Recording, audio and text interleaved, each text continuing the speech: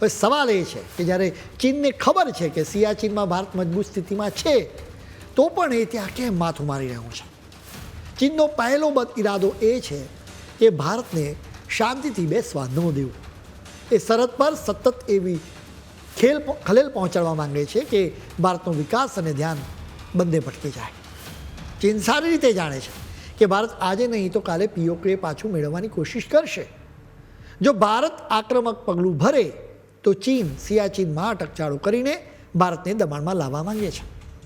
ચીન ઈચ્છે છે કે ભારતે પોતાની તાકાત કોઈ એક મોરચે કેન્દ્રિત કરવાને બદલે સેનાને અલગ અલગ ભાગમાં વહેંચવી પડે. જો ભારતની સેના વહેંચાઈ જાય તો એની ધાર બુઠ્ઠી થઈ જાય. આ જ ચીનનો અસલી ખેલ છે. પાકિસ્તાન સાથે યુદ્ધ થાય ત્યારે ચીન સિયાચીન તરફથી હસ્તક્ષેપ કરીને ભારતની શક્તિને બે ભાગમાં વહેંચવા માંગે છે. આ કોઈ સામાન્ય ચાલ નથી, પણ એક વ્યવસ્થિત કાવતરું પણ છે. હવે ભારત માટે સૌથી વાંધાજનક વાત એ છે કે ચીન શખ્સગામ વેલીમાં ચાઇના પાકિસ્તાન ઇકોનોમિક કોરિડોરના ભાગરૂપે જ રોડ બનાવી રહ્યો છે. આ રોડ ચીનમાંથી છેક ગ્વાદર સુધી જાય છે. ચીન પાકિસ્તાન ઇકોનોમિક કોરિડોર કોઈ સામાન્ય હાઈવે તો નથી જ. આ રસ્તો ચીનથી નીકળીને છેક ગ્વાદર બંદર સુધી જાય છે. ભારતની એ જમીન પરથી આ રસ્તો નીકળે છે જે પાકિસ્તાને ગેરકાયદે રીતે પચાવી પાડી છે.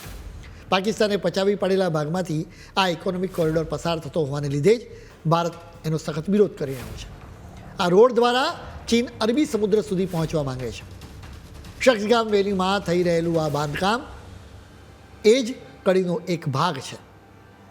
ભારતને બીસમાં લેવા માટે પાકિસ્તાન પોતાની જમીન ગીરવે મૂકીને ચીન માટે લાલજાજમ બિછાવી રહ્યું છે.